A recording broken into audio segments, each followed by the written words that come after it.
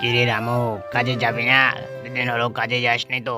কাল সকালে ভদ্রলোকের মতো কাজে যাবি, বুঝলি? রামু অসহায়ের মতো আমার চিন্তা করো না, তুমি কাজে যাও গো। তুমি আস্তে আস্তে দেখো, আমি ঠিক হয়ে যাব।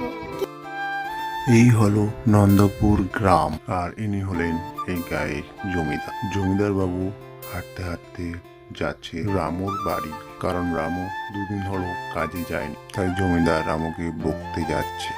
কিরে রামু, কাজে যাবি না? দুদিন হলো কাজে যাসনি তো। কাল সকালে ভদ্রলোকের মতো কাজে যাবি, বুঝলি? রামু অসহায়ের মতো জমিদারের কথা মাথা নিচু করে শুনতে লাগলো, কারণ তার স্ত্রী জ্বরে ভুগছে। তারপর রামু তার স্ত্রীর কাছে যায় শুনতে। তুমি আমার চিন্তা করো না, তুমি কাজে যাও গো। তুমি আস্তে আস্তে দেখো, আমি ঠিক হয়ে যাব। কি করব বলো, গরিব হয়ে জন্মেছি, কাজ তো করতেই হবে। পরের দিন সকালবেলা রামু জমিদারের বাড়ি কাজের উদ্দেশ্যে যেতে লাগলো। রামু সারাদিন টুকটুক করে কাজ করতে থাকলো,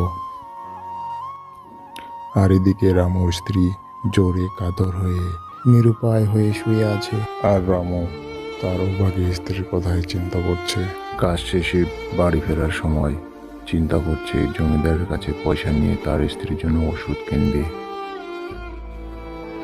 রামু জমিদারকে গিয়ে বলে, জমিদার বাবু, আমাকে কিছু পয়সা দিন।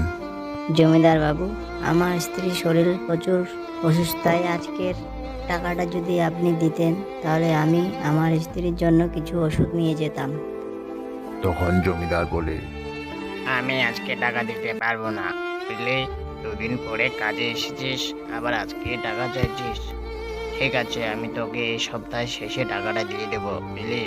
আজকে যা, আজকে টাকা দেবো না। দয়া করো জমিদার বাবু, আজকে যদি আমি টাকা না নিতে পারি তাহলে আমার স্ত্রীর জন্য আমি ওষুধ কিনতে পারবো না, আর ওষুধ না কিনলে আমার স্ত্রী আরও অসুস্থ হয়ে যাবে। দয়া করো জমিদার বাবু, দয়া করো। কিন্তু জমিদার তার কোনো কথাই শোনে না এবং তাকে বাড়ি থেকে তাড়িয়ে দেয়। আর রামু মাথা নিচু করে দুঃখিত হয়ে সেখান থেকে চলে যায়।